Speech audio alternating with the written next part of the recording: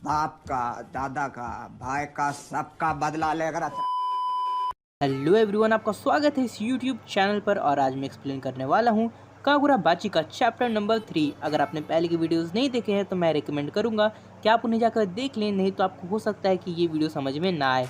तो मैंने link description में दे दिया है, उसे आप जाकर देख सकते हैं। तो आइए बिना टाइम खराब किए शुरू करते हैं इस वीडियो को।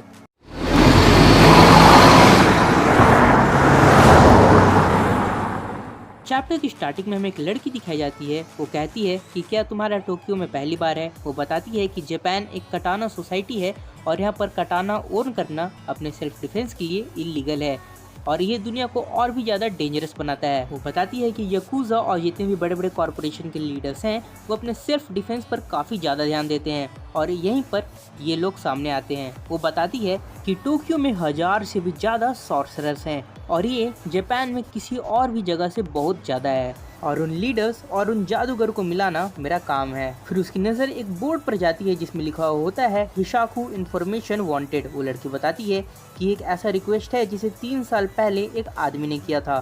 फिर हमें दिखाया जाता है कि 3 साल पहले शिबा उसके पास आया था और हमें यहाँ पर पता चलता है कि इस लड़की का नाम हनाओ है। हनाओ शिबा को बहुत सारे जॉब ऑफर करती है। वो कहती है कि तुम सिक्योरिटी गार्ड बन सकते हो, तुम्हारे पास एक बॉडी गार्ड बनने का भी ऑप्शन है। शिबा कहता है कि मैं यहाँ पर आज किसी जॉब के लिए नहीं आया हूँ। शिबा उस लड़की से कहता है कि क्या तुम कुनिशिगे रोकुहिरा के बारे में जानते हो, उनका मर्डर हो चुका है। वो लड़की शॉक हो जाती है और शिबा कहता है कि इसकी रिस्पॉन्सिबिलिटी हिशाकू ग्रुप ने लिया है। शिबा उसे बताता है कि और उन्होंने कुछ इंचैंटेड ब्लेड्स भी चोरी किए हैं और शिबा उसे कहता है कि अगर तुम्हें कोई भी इंफॉर्मेशन उनके बारे में मिले तो हमें बता देना। हनाओ बताती है कि वो पहली बार था जब मुझे पता चला था कि शिबा रोकुहिरा से कनेक्टेड है। फिर हमें प्रेजेंट की चीजें दिखाई जाती हैं और हमें दिखाया जाता है कि शिरो और शिबा उससे मिलने आए हैं। वो लड़की फिर से बताती है कि जब मैंने उनकी कहानी सुनी थी तो मैंने तुरंत हाँ कर दिया था। मैंने बहुत खोजने की कोशिश की लेकिन मुझे कुछ भी नहीं मिला। मैं काफ़ी ज़्यादा बोर हो गई थी और ये हमेशा उसी चीज़ के बारे में था, यकूज़ा और उन जादूगरों के बारे में। फिर हमें दिखाया जाता है कि हनाओ से मिलने एक छोटी सी बच्ची आती है और उसके बाद हमें दिखाया जाता है कि शिबा और शिरो हनाओ से मिलने आते हैं। शिबा जोर से चिल्लाकर बात करता है जिससे हनाओ कहती है कि तुम धीरे बात करो, मुझे जोर से बोलने वाले पसंद नहीं है। फिर वो शिरो को देखती है और कहती है कि शिरो तुम हमेशा की तरह कूल दिख रहे हो। हनाओ बहुत ज्यादा खुश हो जाती है और कहती है कि तुम्हारा बहुत बहुत स्वागत है। शिरो कहता है कि हमें कांटेक्ट करने के लिए शुक्रिया। शिरो से पूछता है कि क्या किसी ने इंचैंटेड ब्लेड्स को विटनेस किया है। हनाओ कहते हैं कि हाँ, वो सो रही है। फिर हमें दिखाया जाता है कि ये वही बच्ची होती है जो हनाओ के पास आई थी। शिबा कहता है कि ये छोटी सी बच्ची। शिरो पूछता है कि क्या यही विटनेस है। हनाओ कहती है कि हाँ, यही विटनेस है। फिर हमें पहले की चीज़ दिखाई जाती है जहाँ पर हनाओ से मिलने वो छोटी सी बच्ची आती है और कहती है कि मुझे एक जादूगर को हायर करना है, मुझे एक बुरा आदमी चेस कर रहा है और मुझे प्रोटेक्शन चाहिए। हनाओ से पूछती है कि और इस काम के लिए तुम कितने पैसे खर्च करना चाहती हो। वो बच्ची कहती है 0। वो दोनों एक दूसरे को कहते हैं ओ डियर।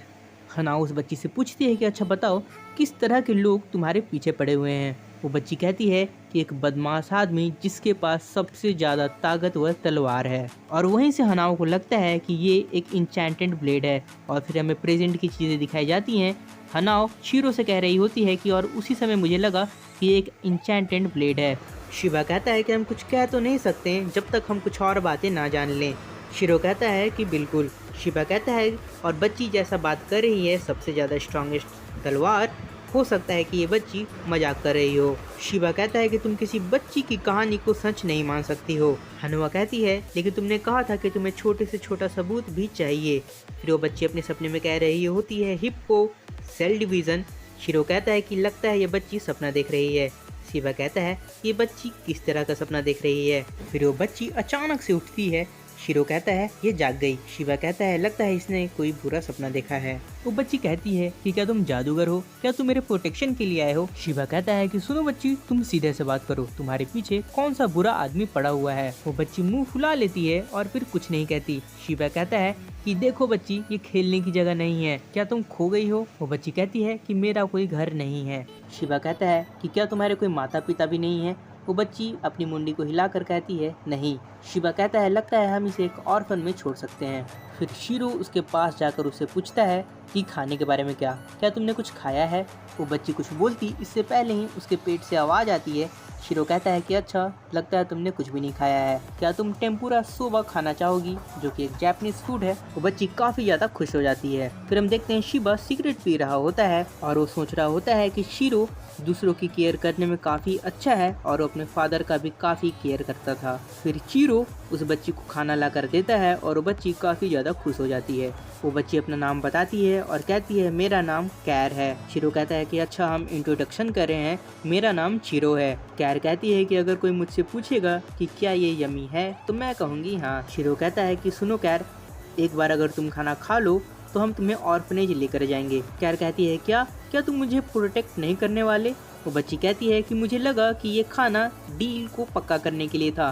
शीरो कहता है कि तुमसे ये किसने कहा, ये कोई खेलने की जगह नहीं है। वो बच्ची कहती है मैं खेल नहीं रही हूँ। शीरो कहता है तो फिर बताओ वो बुरा आदमी तुम्हारे पीछे क्यों था। वो बच्ची कहती है क्योंकि, और फिर चुप हो जाती है। शीरो कहता है कि तुम नहीं बता सकती क्योंकि तुमने अभी कोई आंसर नहीं सोचा है। वो बच्ची कहती है मैं तुम्हें बस नहीं बताना चाहती। फिर कुछ देर तक वो दोनों शांत रहते हैं और उस कैफे में एक आदमी आता है। शीरो कहता है तो फिर बताओ उस सुपर स्ट्रॉन्ग स्वॉर्ड के बारे में। वो बच्ची कहती है कि उसमें से क्लाउड्स निकल रहे थे। फिर शीरो को तुरंत एक तलवार के बारे में याद आता है जो उन 6 तलवारों में से एक था। वो सोचता है कि ये बच्ची इतनी ज़्यादा स्पेसिफिक नहीं हो सकती। वो बच्ची से पूछता है कि क्या तुम सच में मजाक नहीं कर रही। वो बच्ची कहती है मैं मजाक नहीं कर रही। शीरो उस बच्ची से पूछता है कि क्या उस आदमी के हाथ में एक सिंबल था फ्लेम का। वो बच्ची कहती है मैंने तो कुछ ऐसा नहीं देखा। वो आदमी जो उस कैफ़े में आया हुआ होता है वो शीरो के पीछे बैठा हुआ होता है। फिर उस कैफ़े का एक आदमी उसे आकर कहता है कि क्या तुम्हें कुछ ऑर्डर नहीं करना। वो आदमी कहता है यहाँ से चले जाओ। वो रेस्टोरेंट का आदमी कहता है कि अगर तुम यहाँ पर कुछ ऑर्डर नहीं करना तो तुम यहाँ से जा सकते हो। शीरो उस बच्ची से पूछता है कि क्या वो सिर्फ एक आदमी था तलवार के साथ। वो बच्ची कहती है नहीं, और हमें यहाँ पर दिखाया जाता है कि ये आदमी जो कैफ़े में आया हुआ होता है वो चॉप स्टिक से उस आदमी को, यानी कि कैफ़े वाले आदमी को ख़त्म कर देता है। वो आदमी कहता है कि मैंने तुम्हें ढूंढ ही लिया, लेकिन तुम्हारे पास एक बॉडीगार्ड है। वहाँ पर एक औरत रहती है जो काफ़ी ज़्यादा डर जाती है। शीरो पीछे मुड़ता है और कहता है कि सुनो तुम क्या कर रहे हो। तभी वो आदमी एक अजीब सा चीज़ निकालता है और कहता है इनविंसिबल, जिससे शीरो उस कैफ़े से बाहर जाकर गिरता है दीवार तोड़कर। सारे लोग वहाँ पर डर जाते हैं और कहते हैं सब क्या हो रहा, ये क्या कोई जादूगर है। शीरो सोच रहा होता है कि कैर झूठ नहीं कह रही थी, उसके पीछे जरूर कोई था और कैर ने जिस चीज़ को देखा था हो सकता है वो इंचैंटेड ब्लेड हो। शीरो मन में सोचता है कि कैर मुझे माफ़ करना, मैंने तुम पर डाउट किया था। फिर वो आदमी वहाँ पर आता है उस बच्ची को पकड़े हुए और कहता है कि क्या तुम अभी भी जिंदा हो और तुम जी रहे हो, ये तो एक प्रॉब्लम है। फिर हम देखते हैं कि वो बच्ची कह रही होती है कि मुझे बचाओ और शीरो उस आदमी से फाइट करने ही वाला होता है। तो थैंक यू, इस वीडियो में सिर्फ इतना ही। अगली वीडियो में मैं फिर से मिलूंगा।